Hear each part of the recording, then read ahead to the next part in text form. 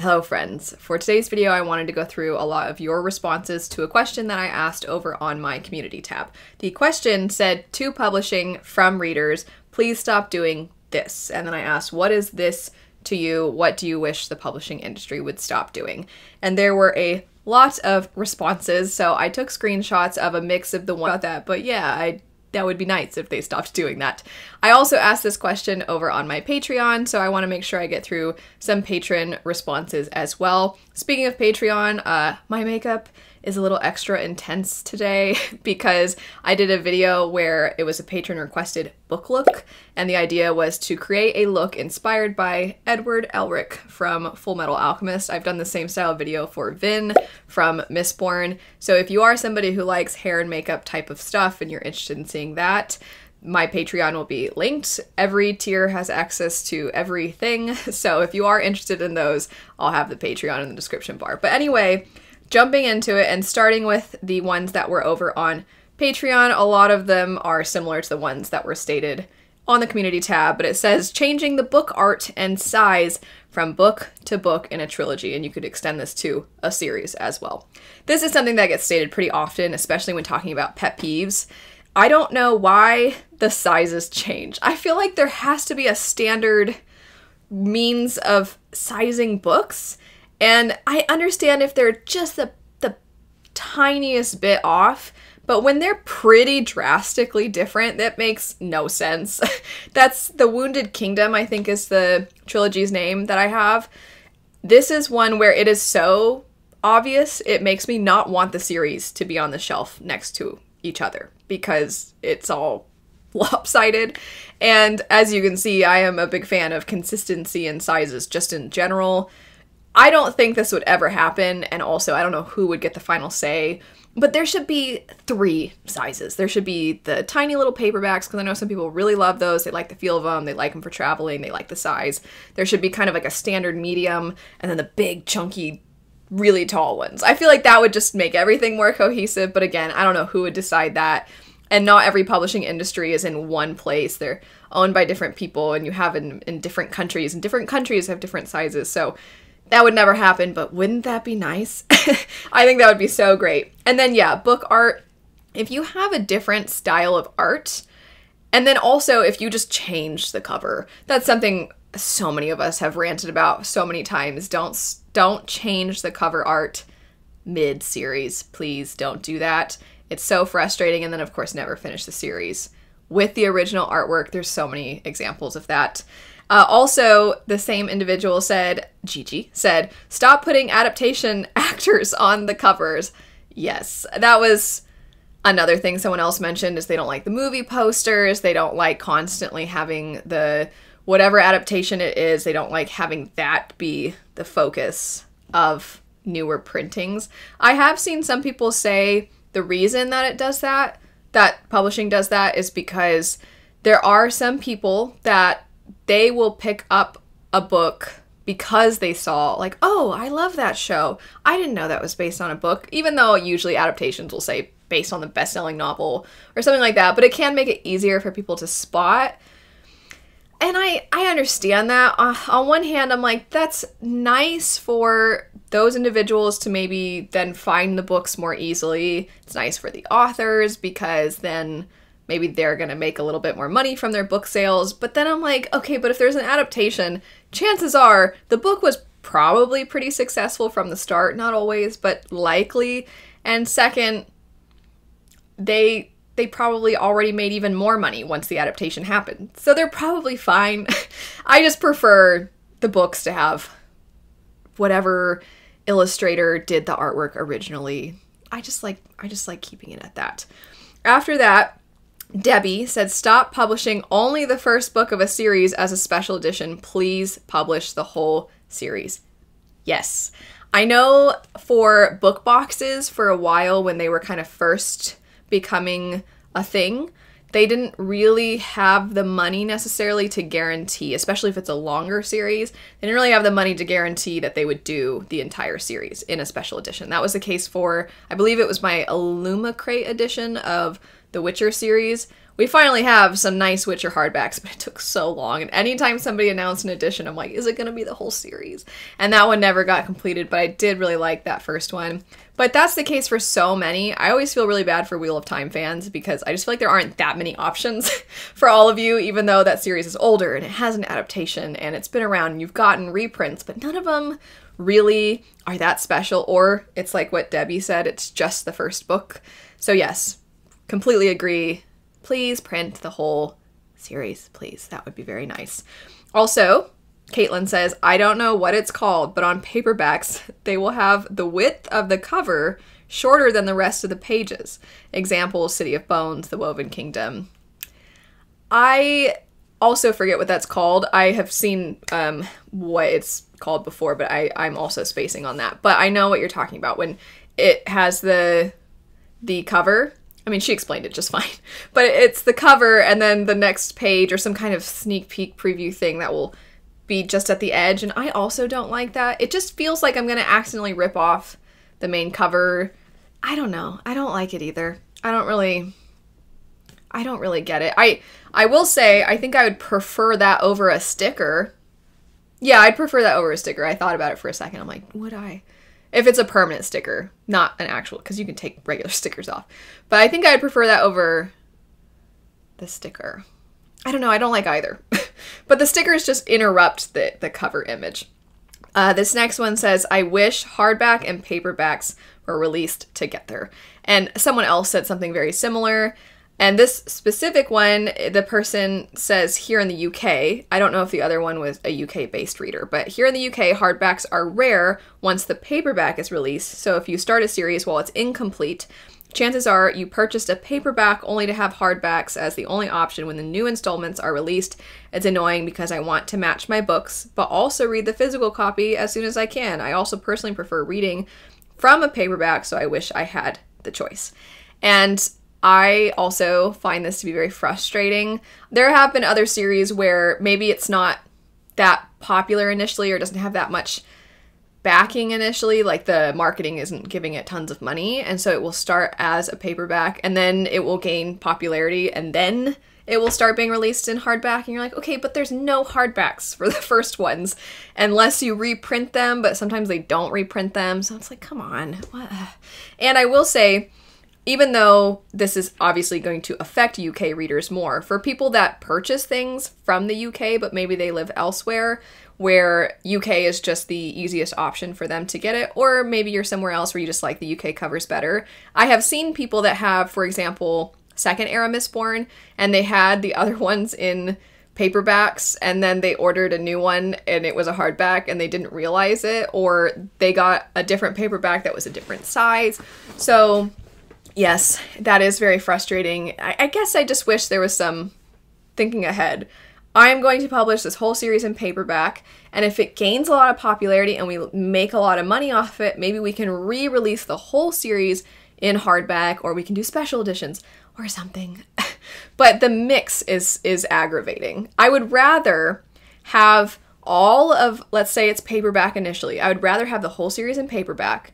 It gains popularity. Somebody does a special edition. Somebody does a hardback edition. Something of that sort. And I would rather repurchase the series than I would have a mix in the middle of the series. So, yes, I'm with you.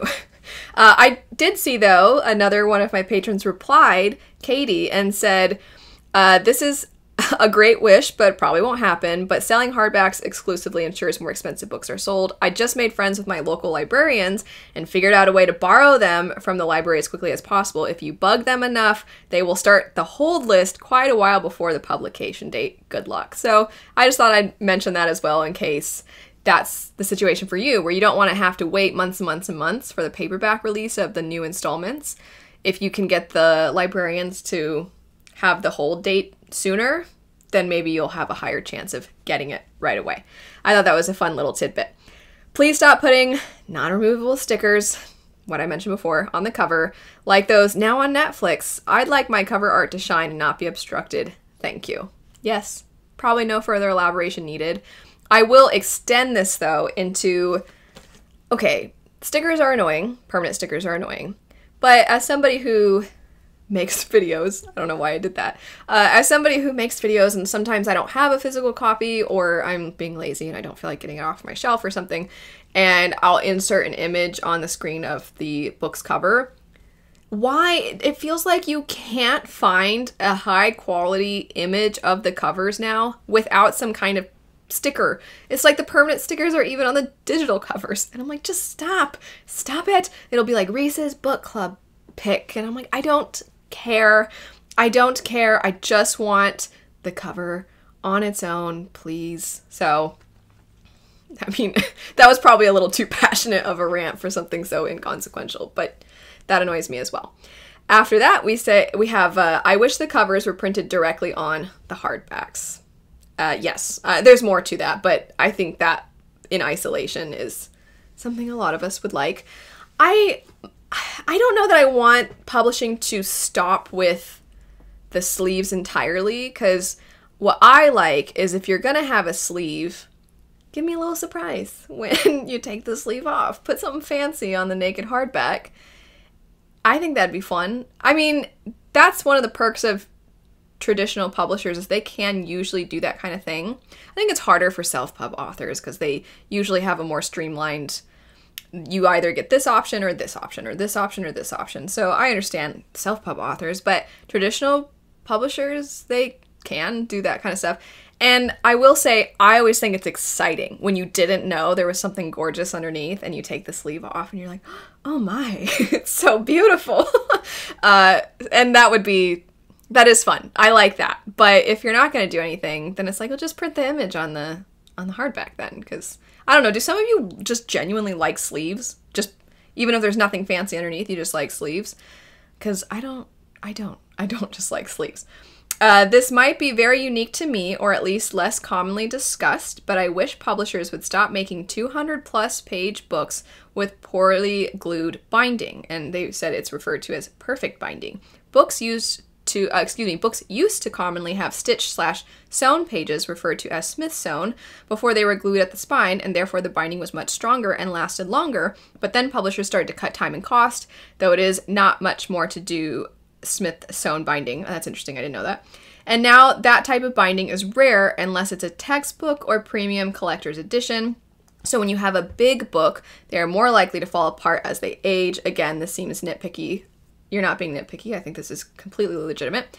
But I like collecting my favorite books and I want them to last, especially since not every book gets released in premium editions. I could see mass market paperbacks being cheap binding because they are cheap copies, but when you're paying anywhere from $15 to $25 for regular paperbacks and $25 to $37 for hardcovers, it just seems like that quality of binding should be expected for that price point. Very much agree. I think that books, I could be completely wrong about this, but I think they've been getting more and more and more expensive for just a regular edition, which is, I mean, I've always pretty much used my local bookstores and now I really combine that with the library as well. But it's to a point where if I'm going to spend $37 for a regular hardback or get a special edition from a book box, I'm like, I might as well get the book box versions. They have all this additional art. They are helping a lot of artists be able to make their art a profession because they include beautiful art on the inside of the book or on the reverse of the dust jacket, that kind of thing. Another reason why dust jackets can be fun is if you put something on the reverse part of it. But anyway, book boxes are doing a lot of extra stuff for a pretty reasonable price or a pretty comparable price to what traditional publishers are doing. And there's nothing else going on. Or they'll be like bonus material inside, and the bonus material is like a 1-page Q&A with the author or something, or like a bonus chapter, and you're like, all right. Which a lot of you had something to say about bonus chapters, and we will get to that. But continuing on, I would like to request bundle sales for electronic books on the publication date. I do not have room for real books anymore, so I prefer audiobooks, but when an audiobook includes wonderful illustrations, I'd like to get a bundle deal for buying the audiobook and the ebook at the same time. That would even count as 2 sales. That sounds like a great idea. I know Sanderson basically did that same thing for his secret project, and I also know, I think you can pair audiobooks and ebooks for less money. I don't know if it's necessarily a bundle deal, but I think you can do the audio and ebook for slightly cheaper for Kindle, I think. But I don't have a Kindle, so I don't know that for sure. But I do think it would be nice if there were more bundled deals, or even just physical and audio, because I do like immersion reading, and I like being able to go back and forth if I so choose. So I think that's a great idea of doing more bundled deals. Not publishing all books in a series in identical formats, whether that be paperback, hardback, Looking at You, Grace of Kings, or the size of the hardcovers not matching. It vexes me. Yep, we kind of covered that a little bit. For me, as a non-English native, it is not translating and publishing the whole series, especially when they start once the series is already finished. So currently, series I can never complete collections of are Parable of the Sower, only 2 books, Red Rising, or Greenbone Saga, it seems, unless I start the collection in English. And that's really sad. We're already, as a lot of us, I say we, meaning I live in the US, but those of us that live in the US or the UK are very spoiled already. We pretty much have access to a lot of books all the time, very quickly. We don't have to worry about shipping all the way to our country from a specific retailer that, yay, they ship to us or anything. It's just down the street is the bookstore, or online. It can be at your doorstep within a day. And that's already an enormous privilege. But then on top of that, most of the time, things are printed in the language that we speak. So yeah, if it's going to be translated, translate the whole series. I understand that it might cost more money or things like that, but I agree completely. I'll add that if a book has an audiobook version for the beginning of the series, please have it for the entire series. Or if you have it at the end of the series, maybe go back and have it for the beginning. I think it's odd when there's only audiobooks for some of the books in a series, especially because not everybody has the ability to read physical copies. And audiobooks are something that if you're a traditional publisher, I kind of expect you to get an audiobook. I understand for self-pub, it's everything is so much more difficult and costs a lot up front for the individual. If you're self-publishing, I am attempting to look into getting an audiobook for my book. So I know that it takes a lot. But if it's traditionally published, I'm like, at least for consistency's sake, if you started that way, have the rest of the series. But also, I just think Luna has opinions too. I just think it'd be nice if they continued in that way. After that, this one is silly, but please stop saying every book is a #1 New York Times bestseller. It destroys any Pacific that it just feels like more of a pat on the back than anything. Permanent stickers is another one. Make more paperbacks floppy. Yes, I agree very much with that. Changing the heights of books ever so slightly within a series. Yeah. And then last for the Patreon ones, non-matching books in a series. I remember getting the Legend of Drizzt novels where the first 3 were in this new cool looking format, and the next 9 were in the old 90s cover art that made Drizzt look like an old man, then back to cool art from the newest books. But then when another section of the series dropped, there was new art. I just want all my books to match. Also, I wish I could get a copy of the ebook along with the purchase of a physical book. That would be stellar. So you combined a bunch of the thoughts that were stated already. That is tough when you have a series like Drizzt, where you have different series within. It's like the Shades of Magic covers, where you're getting this continuation series, and then the new covers, it's like, okay, fine if you want to do your own style for the new covers, but then retroactively changing the old ones so that people, if they want them to match, have to now repurchase the series. It's just very frustrating. I am so glad. I don't know why I did this. I'm so glad that the UK edition will match the previous covers. I'm so relieved about that. Getting to some of the ones from the community tab. So this one says, printing paperbacks with the matte, rubbery feeling covers. It might just be me, but that texture gives me the heebie-jeebies, and I hate even just to hold the paperback when it's that soft touch coating. Ew. Which I thought was really funny. I don't know if I prefer, because there's different ones. There's like that buttery feeling paperback. There's the kind of rough paperback, and then there's the glossy feeling. And I'm not sure which of the first 2 I mentioned are the ones that you don't like, but I do think that's kind of funny that you have such a reaction to that. But I did see someone reply, and then they said that they liked that one. It says, I actually like that texture if you mean the ones that feel a little like skin, but I read before bed and my hand cream leaves little fingerprints all over it, lol. Which I found kind of funny. I feel like my fingers are there's always something. And the amount of times that certain textures of books, I'm like, oh shoot, and I have to try to use my little thing that I use for my glasses. I try to use that on book covers and stuff when I see that I've smudged. After that, somebody said, this is kind of a longer one. Stop charging so much for books. If you are all worth billions of dollars, you can absolutely find a way to make books more affordable. $15 for an ebook. An ebook, something that takes up no physical space. It just makes reading inaccessible to people, and reading shouldn't be inaccessible. Like, sure, a hardcover will cost more than a paperback, and a paperback is going to be more expensive than an ebook, but how can you make an ebook more than $5? And the books I see with these prices are very popular, so the author probably lives very well. Everyone should be allowed to read a book. Money should never stop someone from reading. Publishers have become too comfortable with making reading a luxury for the rich. I very much agree with that. I know that some people's initial gut reaction to that is like, but there's the library. And that's true, but one, not everybody has access to their library, and not everybody has good transportation to even get to the library. Some people, they maybe don't have very good internet or Wi-Fi or the kinds of things that would make it easy to use apps that connect to your library, and some people, their apps for the library don't have a lot of options. Anyway, somebody else mentioned the fact that they make, and I didn't know this, that it says requiring libraries to renew ebook licenses. Just let them buy a certain amount of ebook licenses and hush. Yeah, I feel like libraries, it's not like the librarians are making tons and tons of money like some of the people in publishing. And there's a lot of people in publishing that also don't make a ton of money. I just want to be clear. But I think in general, if we can be more understanding of what it costs to live and make sure that people have a good income if they are working a full-time job.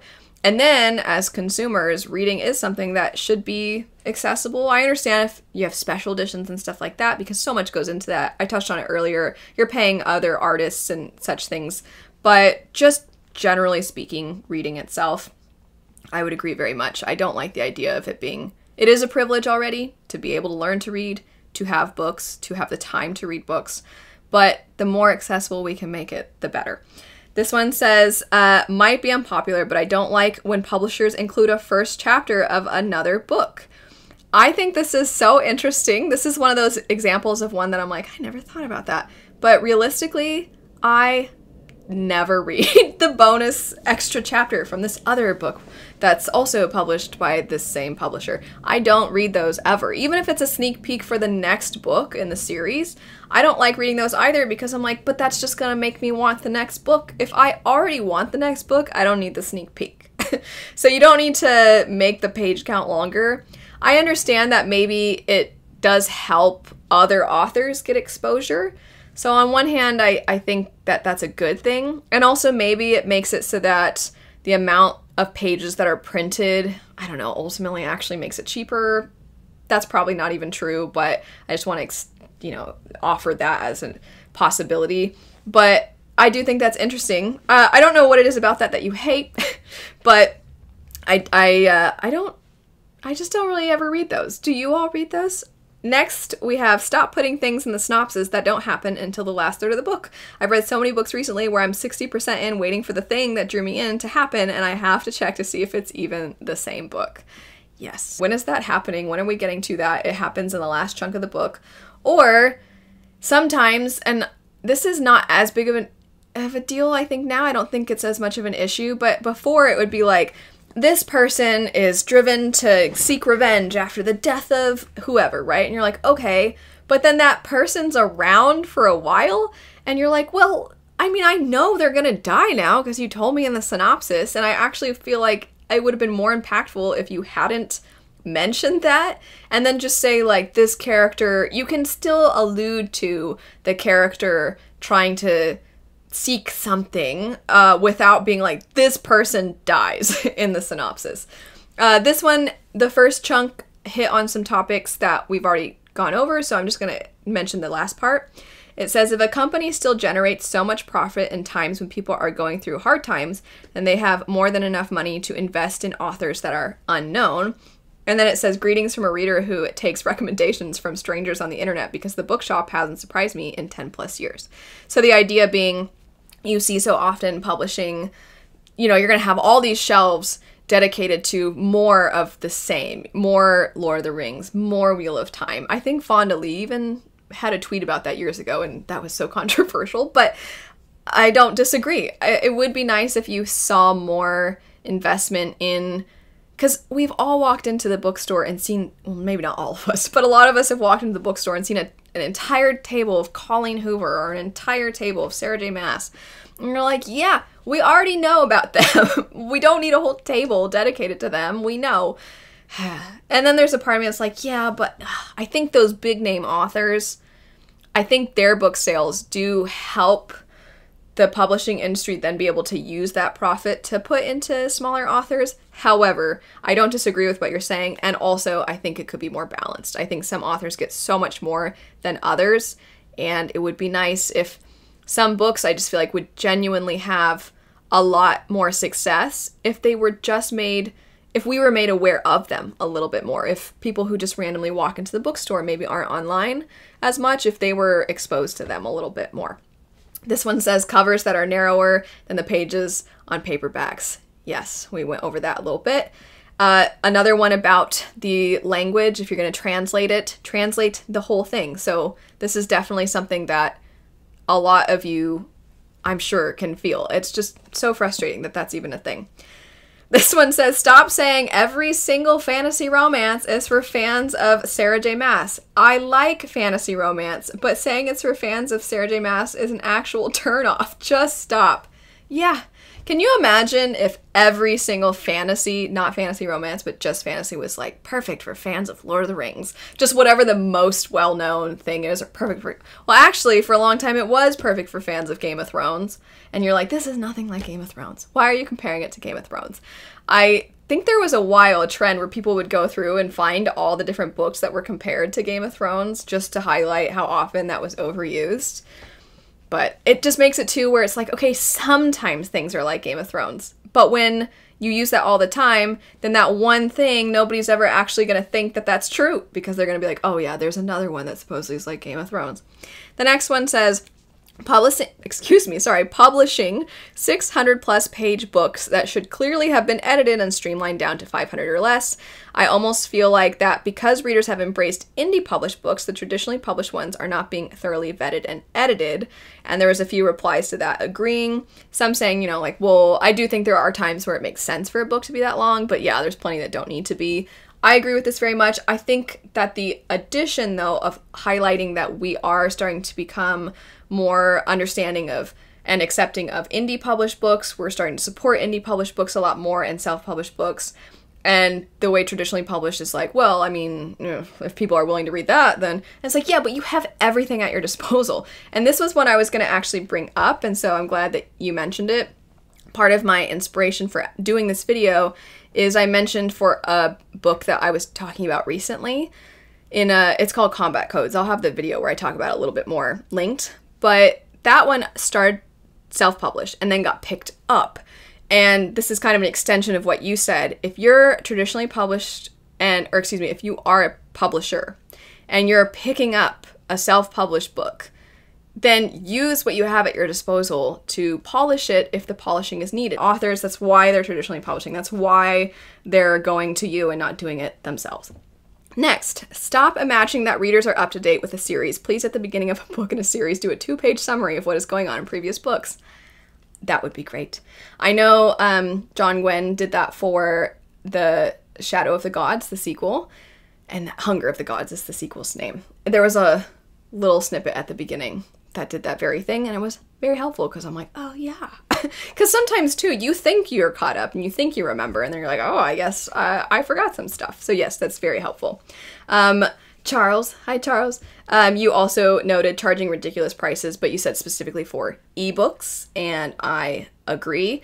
I think ebooks for self-published authors, it makes sense for them to be a little pricier because that's where the author is making the most money, likely, and it's going directly to them because there's not that percentage of it going into the actual printing of a book. But for traditional, you don't really need to do that. At least not the prices they're charging, because some of them are so expensive that you're like, it's the same price as the paperback. After that, Dan, hi Dan, stop misrepresenting the content of a book. Too many times I think I'm supposed to be reading one genre only to find it was kind of a bait and switch. For instance, a romance disguised as a straight up fantasy, or general fiction that claims to be horror. Cover art and jacket synopses should be true to the content so that it's marketed to the right audience as opposed to tricking an audience into buying something they weren't expecting. Yes, completely agree. And I'll add that I think in the long run that actually hurts the book. I think something like Elizabeth Lim's books, one of them was marketed as Project Runway meets Mulan, and that was true for the first portion of the book, but then once the competition portion ends, it's more of like a traveling story and kind of a quest story, and a lot of people were disappointed because they're like, I thought it was going to be way more of this. One of her other books, the way it was marketed was like, you're going to go to the Dragon Kingdom, and you're there for a little bit, and then you do other stuff, and people were like, I wanted to be in the Dragon Kingdom. So when you misrepresent the book, it just results in people ultimately usually being disappointed because their expectations were not met. And next we have stop marketing a romance as enemies to lovers just because they have one mild argument at the beginning of a book. If they're not trying to kill each other, are they really enemies? And I don't need to expand on that. Yes, not everything is enemies to lovers. If you take the book, value the book, edit it, push it, give it a good cover and a fair price, stop printing certain things like you expect them to end up in the bargain bin. Yep, we touched on that a little bit. This one says when special editions of books are released at different stores. And I touched on the fact that I was like, oh, we'll be getting to the bonus chapter type stuff later. This is it. So they say Barnes & Noble, Target, Walmart, etc. with bonus chapters / content that is pertinent to the story but wasn't included in the original release.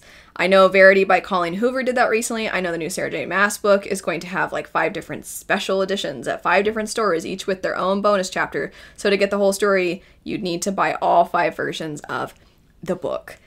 Yeah, so this is just, to me, such a cash grab. It's trying to force readers to get all the different editions, and I just think that that's ridiculous.